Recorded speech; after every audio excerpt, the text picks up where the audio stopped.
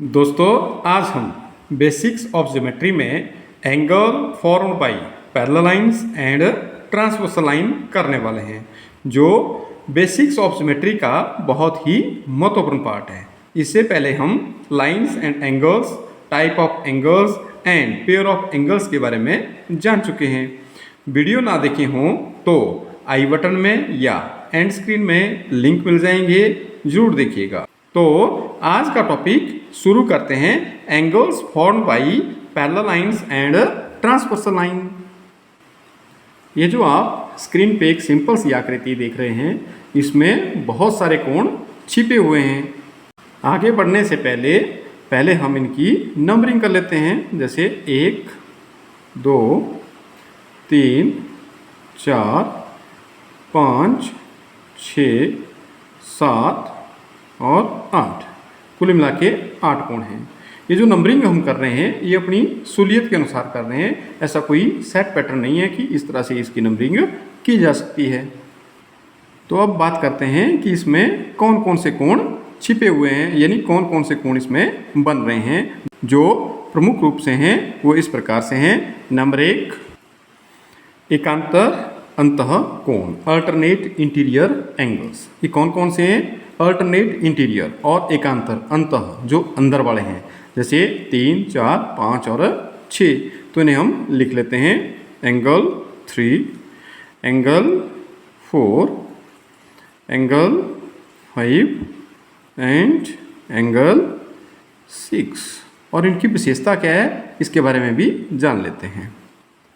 इनकी विशेषता यह है कि जो एंगल 3 है, angle 3 is equal to angle 5, बहुत ही महत्वपूर्ण बात है। और दूसरा है angle 4 is equal to angle 6। ये कोण एक दूसरे के बराबर हैं, 3 5 के और 4 6 के बराबर है। ये ध्यान देने वाली बात है। दूसरे नंबर पे बात करते हैं अल्टरनेट एक्सटीरियर एंगल्स, एकांतर बाह्य कोण। ये कौन कौन से हैं? बाह्य कोण, बाहर के, जैसे एंगल 1, एंगल 2, एंगल 7 और एंगल 8। अब इनकी विशेषता क्या है, उसके बारे में भी बात कर लेते हैं। तो इन कोणों की यह विशेषता है कि जैसे एंगल 1, एंगल 1 एंगल 7 बराबर होगा एंगल 7 के, और angle 2, angle 2 equal to angle 8। ये नियम है और इन्हें याद रखना बहुत ही जरूरी है। तभी तो हम ज्योमेट्री के जो प्रश्न हैं, ज्यामितीय के जितने भी प्रश्न होंगे, उनको आसानी से कर सकेंगे। तीसरे नंबर पे बात करते हैं कॉरस्पॉन्डिंग एंगल्स, संगत कोण या संगत कोणों के युग्म। कई जगह संगत कोणों के युग्म भी कहा जाता है इन्हें। तो यहाँ पर हम देखेंगे, जैसे angle 1, angle 5, angle 4, angle 8, angle 2, angle 6, angle 3 और एंगल 7। स्टेप जिस तरह से हमारे स्टेयर के स्टेप होते हैं, बिल्कुल वैसे। अगर 5 है तो 1, अगर 4 है तो 8। तो इस तरह से हम लिखेंगे संगत कोणों के युग्म या संगत कोण हम लिखेंगे। तो angle 1, angle 5, angle 4, angle 8, angle 2, angle 2 के साथ 6, और एंगल 3 तो एंगल 7। इनकी भी हमारी अलग विशेषता है। वो क्या विशेषता है, उसके बारे में हम बात करते हैं। जैसे angle 1, angle 5, angle 1 equal to angle 5, angle 4 equal to angle 8, angle 4 8 के इक्वल है, तो angle 2 equal to angle 6, angle 3 equal to angle 7। ये एक दूसरे के बराबर हैं। नंबर 4 पे बात करेंगे angles on the same side of the transversal line, तिर्यक रेखा के एक ओर के कोण।